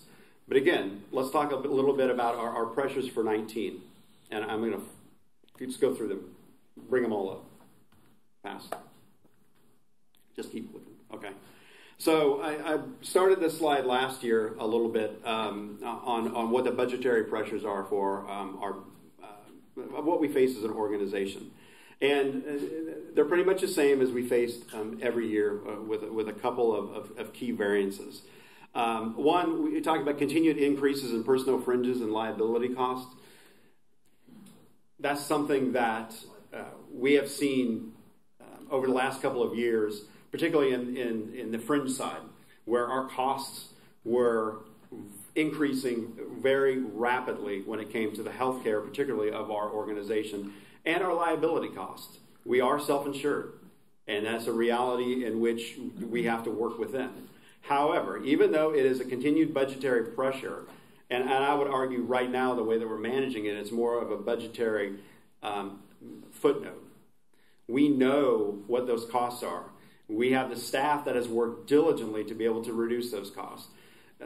Ms. Kenyatta Lee and her staff have brought our healthcare into a manageable budget number. We have lowered our risk costs based on addressing the backlog of liability cases that we have. It's something that we haven't been able to do in the past, and we have done an aggressive amount of work to lower those costs as an agency so we can take those dollars that we would typically spend for those services and push them over to service, which is the entire reason we exist. The other component, our success plan, our strategic plan, and our performance measures that this board adopted in October. We mandate in that plan that we will drop $3 million a year to fund balance. And that $3 million a year actually coincides to what our typical ad valorem increase is year over year. So why are we doing that, and why are we continuing to do that? The day that JTA in Jacksonville received a federal grant of, it was a lot. It was a lot. My phone blew up. JTA got this, JTA got that. And I'm like, okay. JTA also has a big bank account that they can dip into and go and actually pay for that 20% local match. I would go after $120 million a year grants all day. We don't have that 20% local match to be able to be competitive, to be able to accept those dollars. So we have to build that bank. It may take 4 years and 5 years or 6 years to be able to get to a level that we as an organization don't need the support of other agencies to help us with that local match for us to be able to do that. So that is something, it's a pressure. I don't consider it a challenge. It's a pressure. It's something that we have to plan for and prepare for. The next unknown for this year, we're doing our collective bargaining discussions with both of our unions coming into the summer. Again, we don't collectively know what that impact will be because we haven't started the bargaining process yet. So it is an unknown. We are going to prepare for it as we do every few years when we do the preparation for this. But again, just as a reminder, the 3-year total of our last negotiated bargaining was an impact of almost $5 million additional dollars for wages and benefits over a 2-year period. So in the past, we have been impacted greatly by our bargaining negotiations. We have to take that into consideration as we plan for next year as well. Fare box recovery is declining as well. We still see ridership dips, although year over year we're down, but from Mission Max in October to now, we're starting to plateau. And that is something that we had talked about. We had envisioned that we would see that comparing year to year isn't going to work for us anymore because the prior year is so different. It's apples to oranges. My concern with ridership was, where are we month over month from the beginning of the fiscal year to now? If we continue to see that decline, we missed our mark in Mission Max, and we need to figure out how to fix that. What we are seeing right now, and we will be reporting to you next month on where we are fiscally and physically with Mission Max savings, we're starting to see that ridership decrease plateau. And that's what we expected to see, and that's what we should see. So again, these are the pressures that we're looking at going into 19 that we all have to be cognizant of. Now, the focus for next year. Now, and some of these are more my philosophical views on managing this organization and the budget. One is to focus on our charter organization needs. I think in the past we have been really good as an organization of recommending service and doing some very cool, innovative things. But we didn't necessarily engage with our charter organizations. And it's something that I remind my staff frequently is that the reason we exist is our charter. Our charter organizations, we are actually the customer. They are our customers. Our charter organizations are our customers. Hillsborough County, unincorporated, City of Temple Terrace, and the City of Tampa. They are our customers. We have a charter that dictates that they are our customers. Their taxpayers fund this organization. So I feel very strongly that we have to engage with each of those charter members and truly understand what their needs are specifically to their individual jurisdictions and collaboratively across those jurisdictions. Not say we're going to provide service XYZ and it crosses two jurisdictions or eliminates a jurisdiction without sitting down and actually talking to those jurisdictions. So something that I'm doing right now, I spoke to the City Council of Tampa a week and a half ago. I'm speaking at the City of Temple Terrace tomorrow night. I'm going to sit down with the city manager and police chief of the City of Temple Terrace to have an understanding of exactly what their needs are that we're not meeting. Last week I had the opportunity to sit down with city staff and have a conversation of where are we going, specifically for the streetcar extension, but talking about AV support, our autonomous vehicle project, the circulators in downtown Tampa. Who and what and when are going to be responsible for making sure that they are consistently provided for? We need to engage or re-engage with those charter organizations. We have some big projects coming up as far as analyses are concerned. We're looking at the Fowler, Nebraska, Florida corridor BRT study. We can't do that in a vacuum. We need to engage the business leaders along that corridor. We need to look at the economic engines up and down those corridors. Looking at the developers that are up and down those corridors. We are not economic development experts. We need to engage those people that are economic development experts and bring them in when we're starting to study these plans. If it doesn't look like there will be any economic vibrancy from some of these projects, we need to take a step back and really evaluate why are we doing it or what can we do to make it a little more attractive. Aggressively seek federal funding. That many of you have said that for a number of years, both at the state and at the federal level. My biggest takeaway from my federal trip 2 weeks ago with Director McLean was our delegation wants to hear from us. They want to be engaged with us. Can they always give us what we want? Nope. But something I learned very importantly last week is they need to know who you are. They need to know what you provide their constituents. So I made a commitment, along with Director McLean, with Holland and I, that we are going to get in their face over the next 6 months. And why is that important? In front of me, I have the FY 2018 Omnibus Appropriations for the Department of Transportation.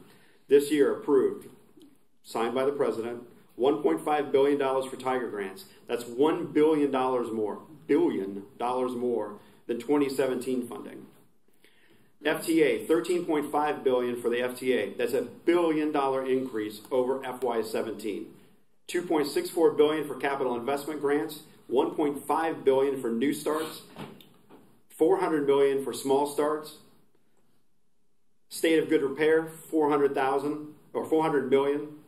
Buses formula, $209 million. $161 million for buses discretionary and low no emission, which our CNG buses are. $29.4 million of available funding. This may be one of the last years that this amount of money is available for the FTA. And I had a very good discussion with the FTA Acting Administrator, Jane Williams. This is the time to be in D.C. So we're formulating a strategy with Holland and I to not only have staff involved and get in our delegation's space, but develop a plan for all of you, for us to effectively use your connections, your experience, your position in the community to help get HART's word and need for this funding out. I would argue that we haven't engaged this board or utilized this board as much as we should have in those conversations. And asking that delegation to come participate specifically in our HART projects. Something as simple as, not as simple as, but our rodeo. Inviting them to come to the rodeo. Inviting them to come to a ribbon cutting. Inviting them to come to a board meeting. Those types of things we are aggressively going to be going after over the next few months. And as important in this conversation, we just don't want to go after and jump after the nice shiny thing. Okay, so all this money's out there.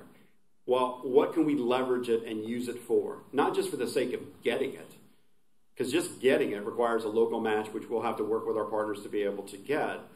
But it doesn't fit into where this organization wants to be in 5, 10, 15 years, because that's as long as it takes to get some of these projects done. So it's really looking at this omnibus and really strategizing on what we want and when we want it and what we want it for. The continued fixed route paradigm. I drafted an overview for Miss Egan. Invited us to the Rail Evolution Conference in Pittsburgh, and I drafted an overview of a presentation that I'm going to give there. And in it, I talk about organizations, transit organizations that are still relying on the fixed route expansion paradigm as ones that will never meet the demands of its core group of riders. We cannot continue to expand fixed route. We just saw in October that we constricted fixed route. And why did we do that? It's expensive to maintain fixed route. It's expensive to send a 30 or 40 foot bus into a community or into a neighborhood that may not need that. But do they need transportation and transit services? Absolutely.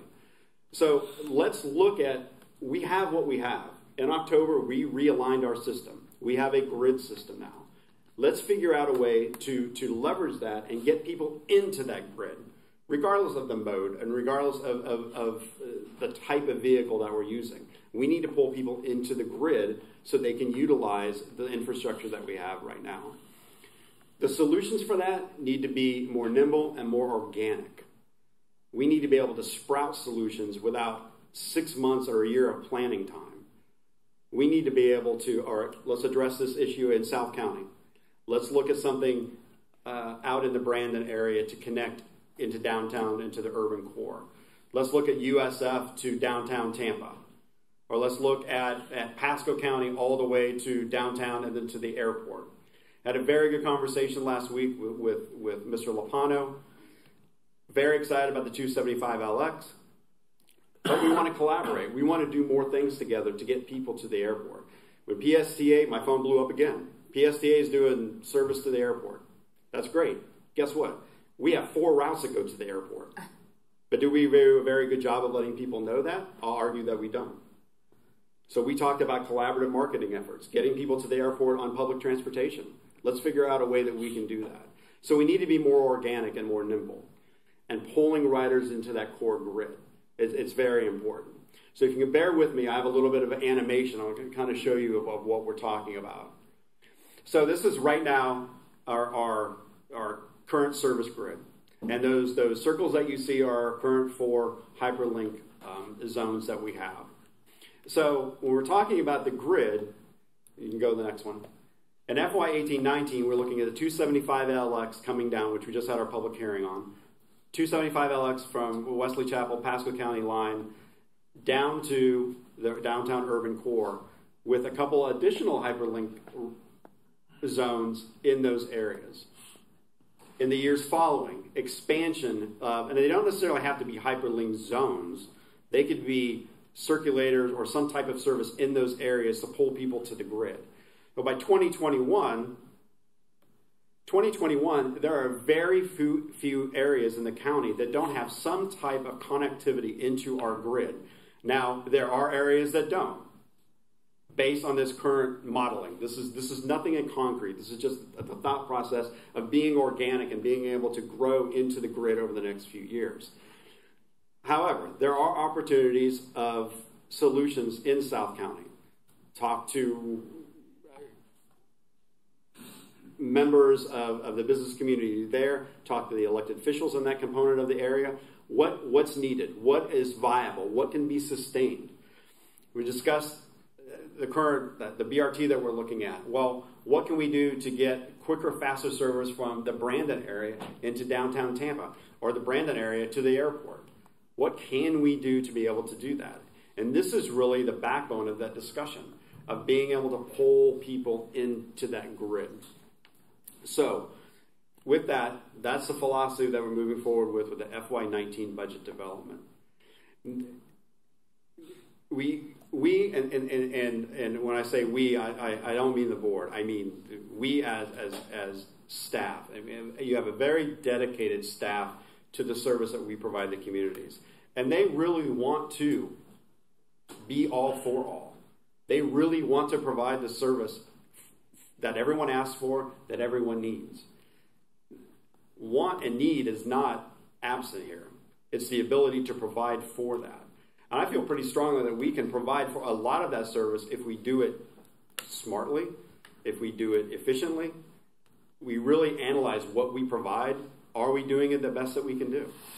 And F919, I feel pretty strongly that we can develop a budget that will allow that nimbleness and organicness by, again, engaging with the charter members, engaging with the business community, looking for those public-private partnerships, and not use it as a one-off term.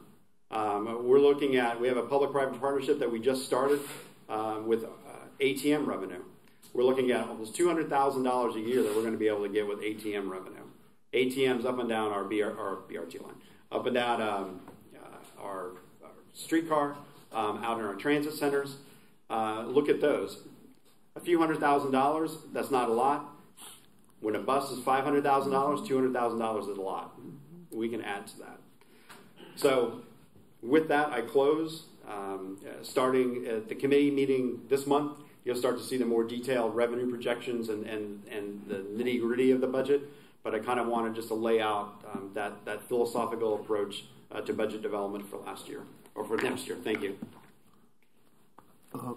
So let me say thank you for your insight in where we are and where we need to be going, and your plans for trying to make sure that our customers in this county can have the service that they need. Unfortunately, we're nowhere near where we should be. Nowhere near where we should be. If you look at this local funding aspect that he's put together in this slide presentation, it is dismal. Dismal what we do. I mean, absolutely dismal. And then we're asking to get blood out of a turnip with what we have.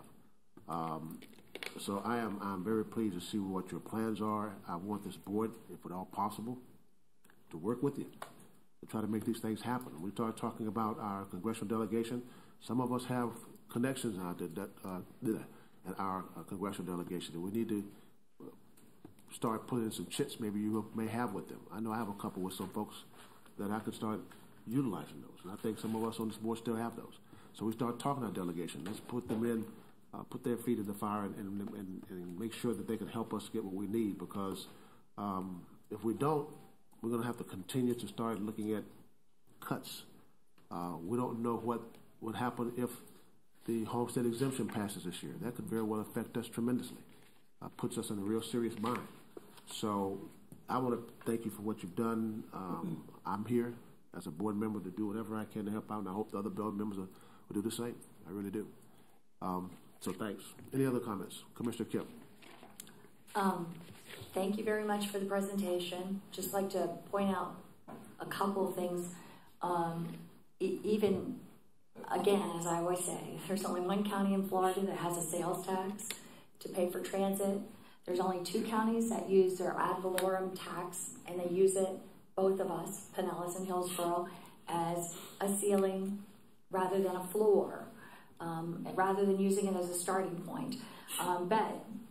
And we are the 2 most underfunded in the nation by a long shot. But I would like to point out here, Pinellas even has $42 million in their ad valorem that they're using for theirs. We have only $36 million because we do a half mil. They do a 3/4 mil. And in addition to that, Pinellas is 1/3 the size that we are, 1/3 the coverage area. That just shows you, even compared to Pinellas, which is terrible in terms of what their resources are, we are far, far worse. So I want to emphasize that. I've been speaking for quite some time that we should be increasing our county-wide contribution as one way of doing it to our transit service, because we will never, even with the sales tax, even with the other things that we come up with, we will never be able to fund our transit service unless we make a much stronger contribution with our county-wide tax. I'd also like to point out, I would probably disagree and like to, I think our emphasis should be on fixed transit. on our regular traditional bus service, rather than looking at the hyperlink and those kinds of connections. I say that because, and I'd like to see if we can maybe get a presentation on this. There are some, we hear a lot of dismal reports about transit systems around the country, but there are some transit systems that are booming away, growing incredibly, including Seattle, where they just reported that into downtown in Seattle, 48% of people are now taking transit into the downtown area. They only have 25% of the people that are single vehicle occupancy going into downtown Seattle. So I really, and what they did was they did have a bus rebate, and they did put their resources into fixed transit, which when 70% of your costs go into operating, it makes sense to try to get the biggest bang for your buck and the most efficient use of your dollars. And so I'd just like to say as a general philosophy, but I think I mean, that can be part of the discussion. I appreciate that you bring that up. And there's a lot of critique going on of what they call microtransit now, which are the hyperlink types of things and the smaller solutions, as being not very cost effective. And not giving you what you need. But that's a longer conversation, but I appreciate very much this being brought up. I think it's really important for us to look at both things, increasing our resources hugely, and looking at how we remake our bus system in the ways that Seattle and Houston have done, which have both incredibly increased, well, Seattle incredibly increased ridership, and realize too that over the past many years we've had this huge trajectory, and I'd like to see that presented at some time, even here, a huge trajectory of ridership, which our revenue has not matched at all. I'm talking about our ad valorem resources have not matched at all, and even though it's dropping now, it's after this huge mountain that everyone had all over the country in ridership. So we need to be looking at the fact that here and everywhere, we're getting way more ridership than we've had in the past. So those are just things that I'd like to, I think we need to get that information also on the long kind of picture for us. Thanks very much. Councilman Donahue, you recognize. Thank you so much for that presentation. I was especially taken by, and I'm probably going to use it, so I'll just go ahead and tell you I'm going to steal this right now. I really liked what you said about getting people into the grid. The way our county, the way we live and work, we're not in a corridor. And so, especially for me, representing a small city of Temple Terrace, for us to be able to get to that main corridor and to get to that fixed route is going to be essential for us. And that, I appreciate that, and I like that mentality. I like the way we think about that, because obviously this cat is going to have to be skinned in multiple layers, and you know, I think that's a good take. I hear what you're saying, Commissioner Kemp, and I agree, but I do think that looking at all of these different ways, you know, the circulators and the other ways of getting people onto that fixed route is essential, and I really like the whole process behind it. So thank you. Commissioner Mervin, you recognize. Thank you. And you brought up one subject I was going to bring up, and that is building ridership in the county. I mean, the county gave you money this year, but most of that money went to services not in the county.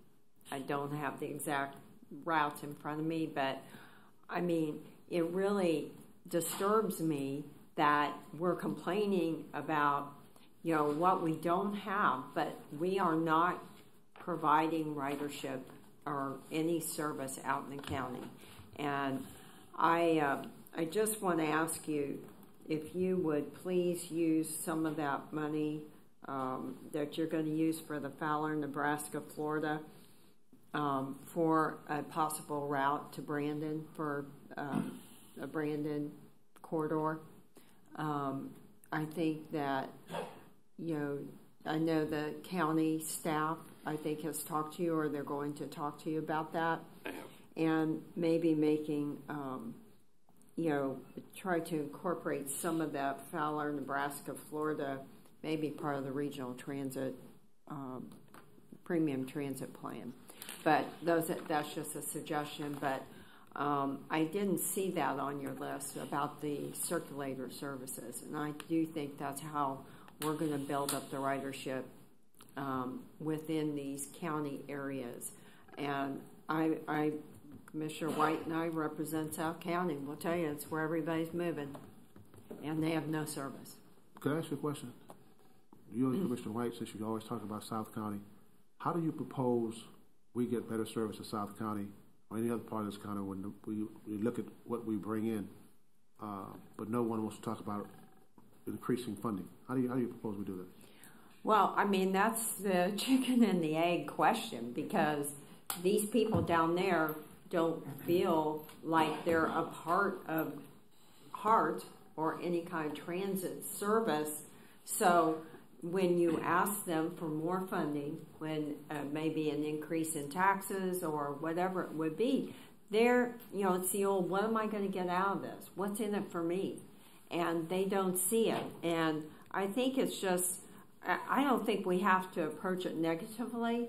I just think we have to positively prioritize some areas where we can really make an impact down in the Brandon area, and I mean Brandon and East and South County, So I think it's just, and I know you're coming to the county asking for more money this year, and yeah, that's great, but is it going to help county? Is it going to help services out in the county? So you propose that we give services down there before we ask for increases for their property tax? How do we do that? Well, my proposal is more of a step process where we get the circulators going and start to build up ridership. That's a very low cost. It's like $200,000 to $300,000 to develop a circulator service, especially in South County between 674, Big Bend, 301, and 41. You could just treat that as a box and include Waimama in there.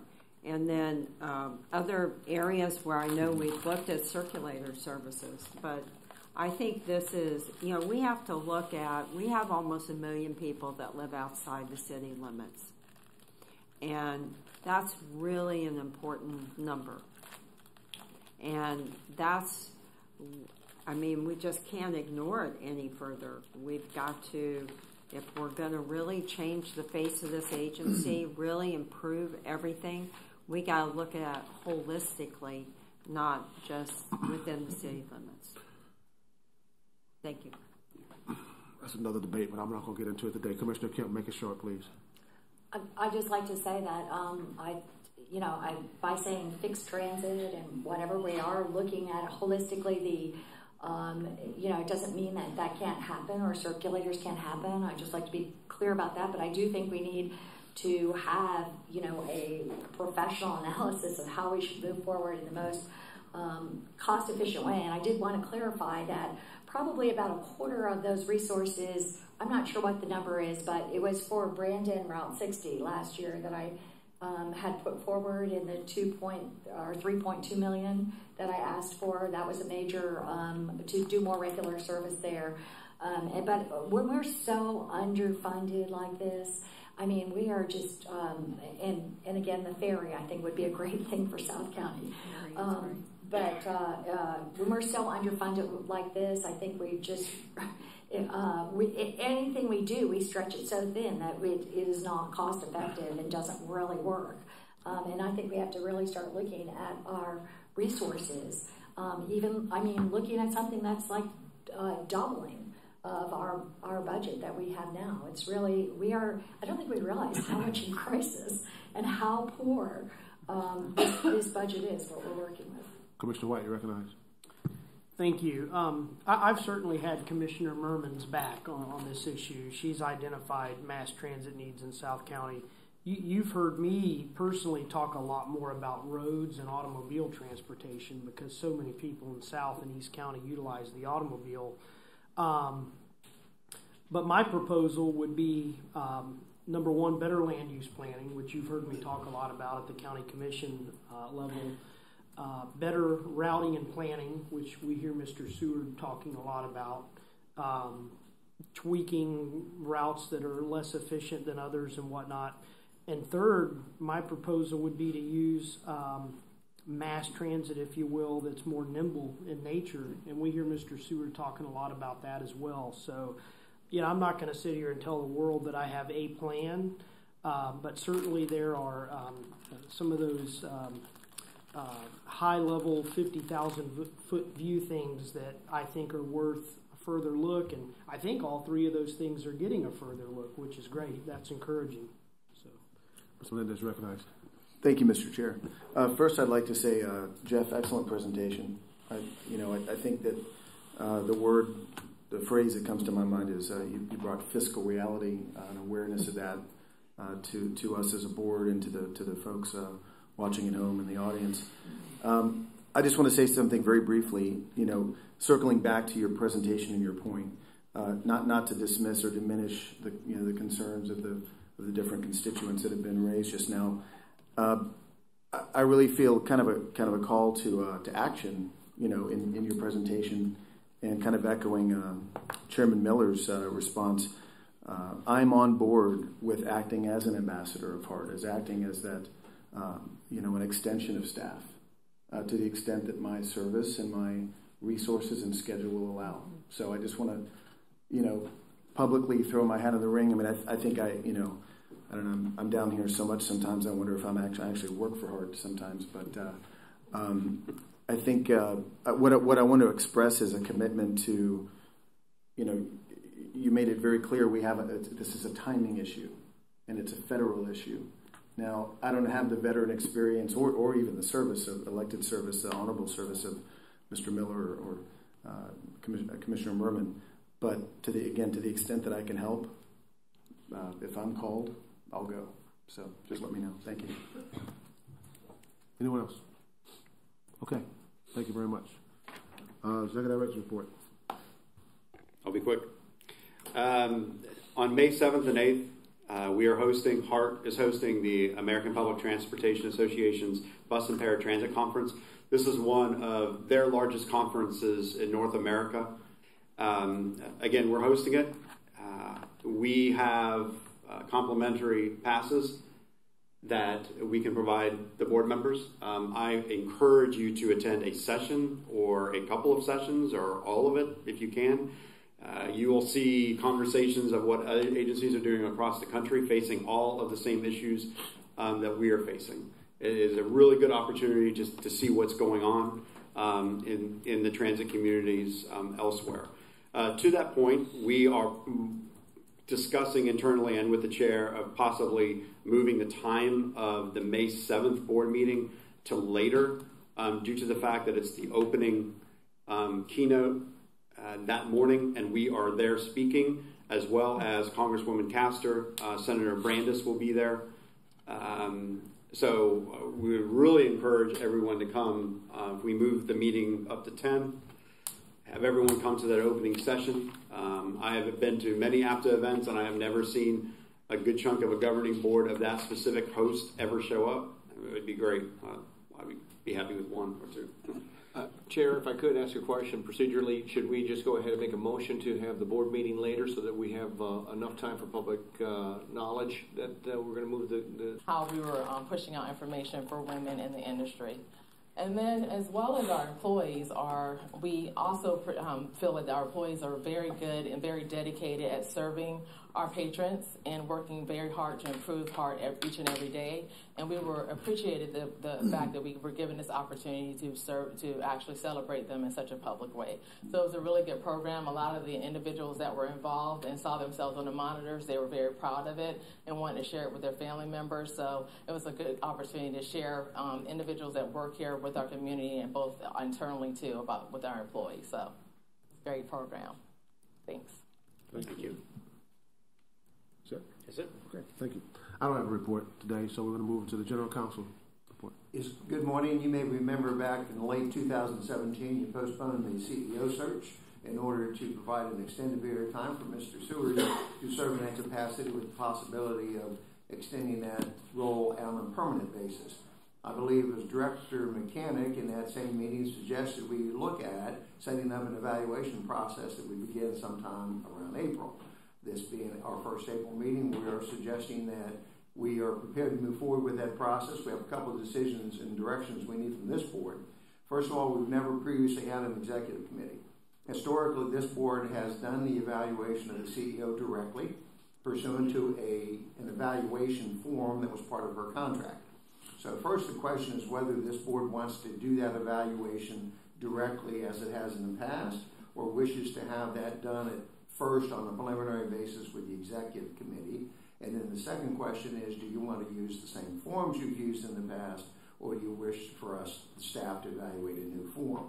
My recommendation is you go with the forms you have. You're used to them, they work, but that's just my recommendation, and that's a time saver.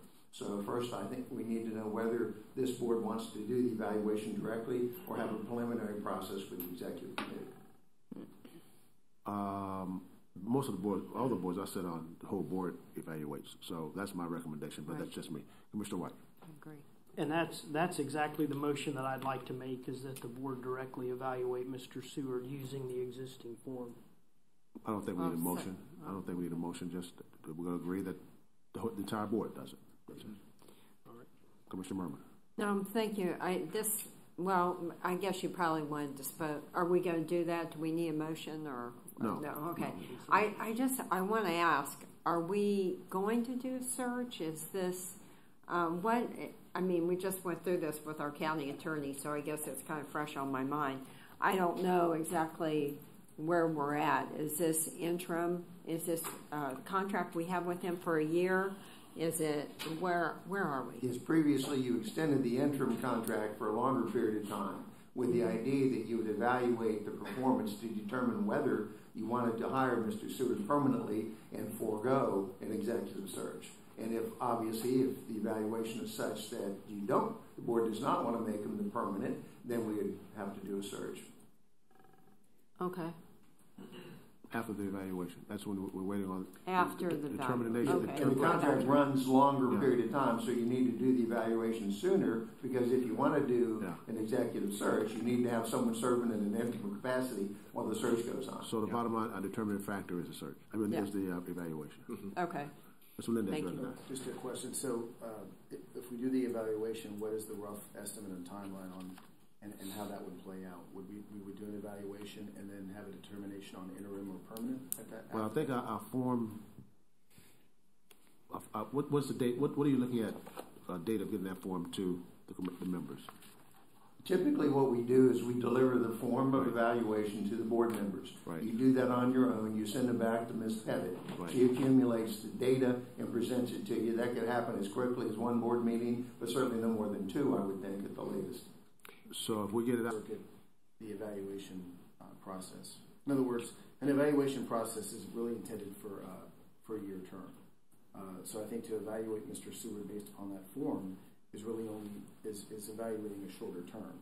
So does anyone have a flavor to discuss whether or not it would be appropriate at this time to have a discussion on? Chair, if I may, if I could interject. Mr. Smith, when does his contract end as the interim basis? Because we extended it. What's the date? I believe we extended it for a year, so I think that when you originally took a position in December, so I believe it would be into the calendar year. So we'll have it to the end of the calendar year, and I think that Mr. Melendez's point is well taken, that if we're going to evaluate and to make a decision as to whether or not we want to continue with Mr. Seward as a permanent replacement or to find or do a search, that'll give us enough time to be able to do either one of those. Okay, so we would renegotiate his contract at that point if we decide to go forward with him, or it would give us enough time to do a search in order to find a replacement, because he'll be the interim until December. And I think that that's where you were going, and I think that that's a discussion, not right now. I think that's something that after the evaluation, I think we should, that's my opinion, is then make a determination as to whether or not we want to go outside and find a different executive director. I agree. Or CEO, excuse me. Okay, yeah, I think I would just add just one, thank you. You're welcome. Councilman Suarez. Just one, I guess, kind of follow-up comment that I definitely would like the board to consider the external impacts of having an interim CEO versus a permanent CEO. Jeff just recently gave us a report on his travels to D.C. We're going to be, if things go as I anticipate, we're going to be increasing our engagement at staff level and as a board, and looking to people to give them confidence in us as a board and as an agency. And I think that addressing that interim versus CEO addresses that any concerns of certainty sooner than later. Well, I understand your point, but the time frame running through my head right now, if we get the evaluation this month and get them back to staff this month, and we would have those tabulations in May, we will have 7 months to decide if we want to do a search or if we want to hire Mr. Stewart as our CEO. He has 7 months because the contract ends in December. Am I correct? Yes, sir. So you really have 7 months before we have to deal with him. Do we want to hire him? Do we want to look at keeping him interim, or do we want to look for a search? You can do it any time, I would think, between that May and December. Right. Okay. I believe that is correct on the time of the contract. But clearly, it's within your discretion if you need to extend it a month or two anyway. But I think that once we get, I think the bottom line is the evaluation. And when the evaluation comes back, this board can make determinations of what we want to do. Okay, thank you. Right. Is that it? Do you have anything else, Mr.? No, sir. That's it. Okay, thank you. You have your reports in your packet. We're now moving to public input regarding general concerns. Do we have anyone signed up? Okay.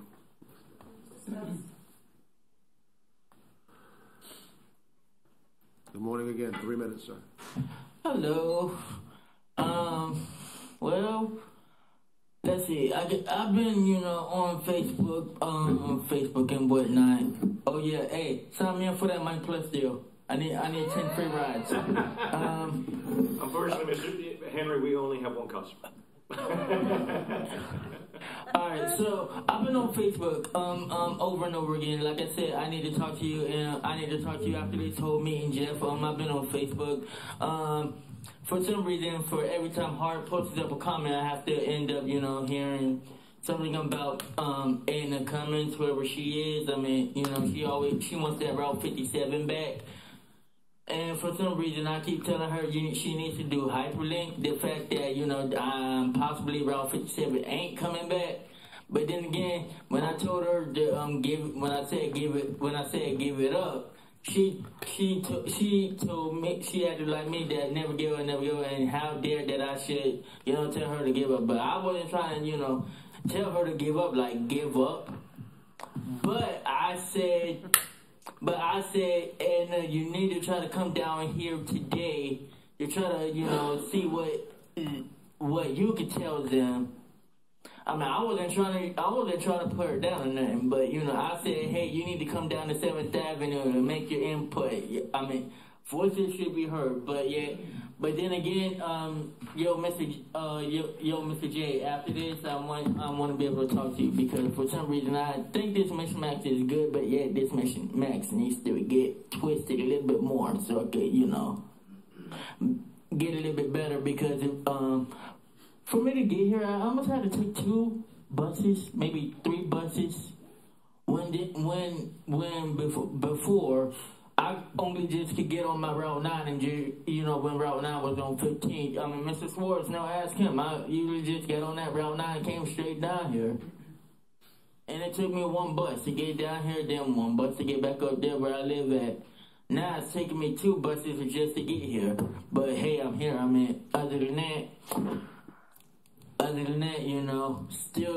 it still costs the same. I like the fact about that, and I want to say congratulations to the bus rodeo participants, for their taking in their event. Basically, we call it the Hearts Sporting Event. That I wish I had tickets to go see the event. Other than that,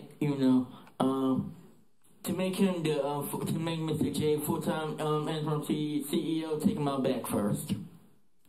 Do what? take him out back first. Put him through a vigorous training course of tests before he could, become full-time CEO. All right, thank you, sir. We might do that. I love you guys. Still. Is there anyone else? Anyone else wishing to address the board at this particular point in time? Yes, sir.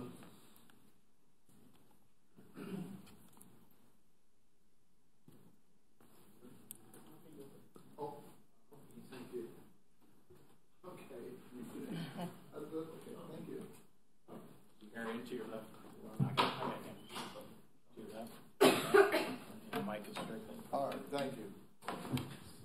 Okay, I only got 3 minutes. I'll try to make it quick, but one of the things I want to say is that I believe HART has a policy that says that operators are not supposed to be using the phone when they're operating a vehicle.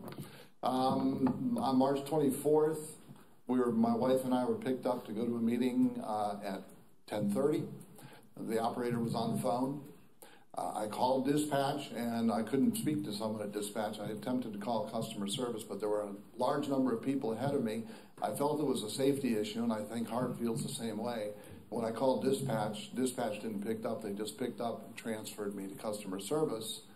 And every indication is my wife called when we got to our destination and reported it to customer service, and every indication was at 2:30 when other people were picked up, she was still on the telephone.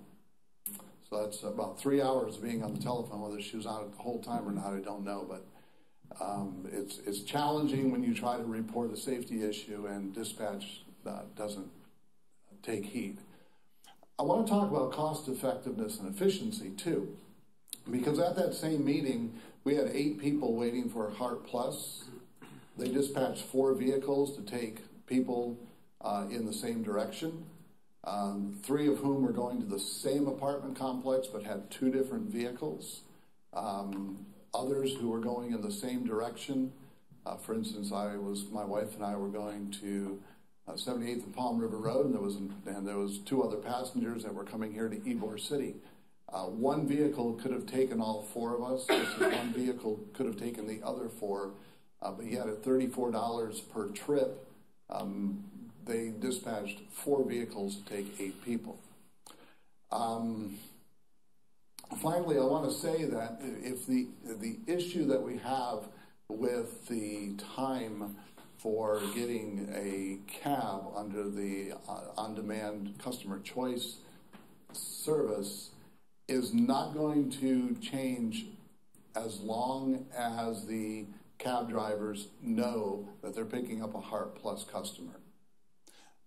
And that protocol needs to change because the companies are providing an unequal benefit. Because if they know that we are a HART Plus customer, then we wait an inordinate amount of time for them to pick up. And until that protocol changes where the cab driver does not know that they are picking up a HART Plus customer in advance, then we're still going to be subjected to an unequal benefit and be waiting inordinate long wait times. So I hope that is looked at and that discrimination ends with these 2 cab companies. Thank you very much. Thank you, sir. Is anyone else wishing to address the board at this particular point in time? Anyone else? Okay, thank you. Is there any old business?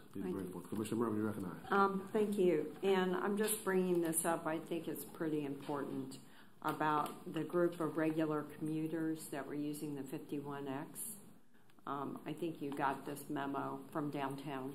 I guess it was a robust group of people that dwindled down over the years because of the changes you kept making to the route and going Temple Terrace, and people that use that bus need to get to their jobs between 7 and 8 in the morning, and then it became unreliable. And I think I'm only bringing this up for a point of this, is that when you're doing your priorities and where money's going to go and all that, I think you've got to take into consideration the downtown commuters, the downtown workers that commute in and out every day. And this was I think the bus originated in New Tampa. And, you know, they just couldn't take a chance of being late. And some of the people started leaving and they didn't come back to take the bus. Mission Max changed the route to pick up Temple Terrace in the morning, but not drop them off in the afternoon. The majority of the regular riders started to make other arrangements. As necessary, they had changed pickup times. And I think the statement, but people who have options and need to commute to work are not effectively served by bus service in this area.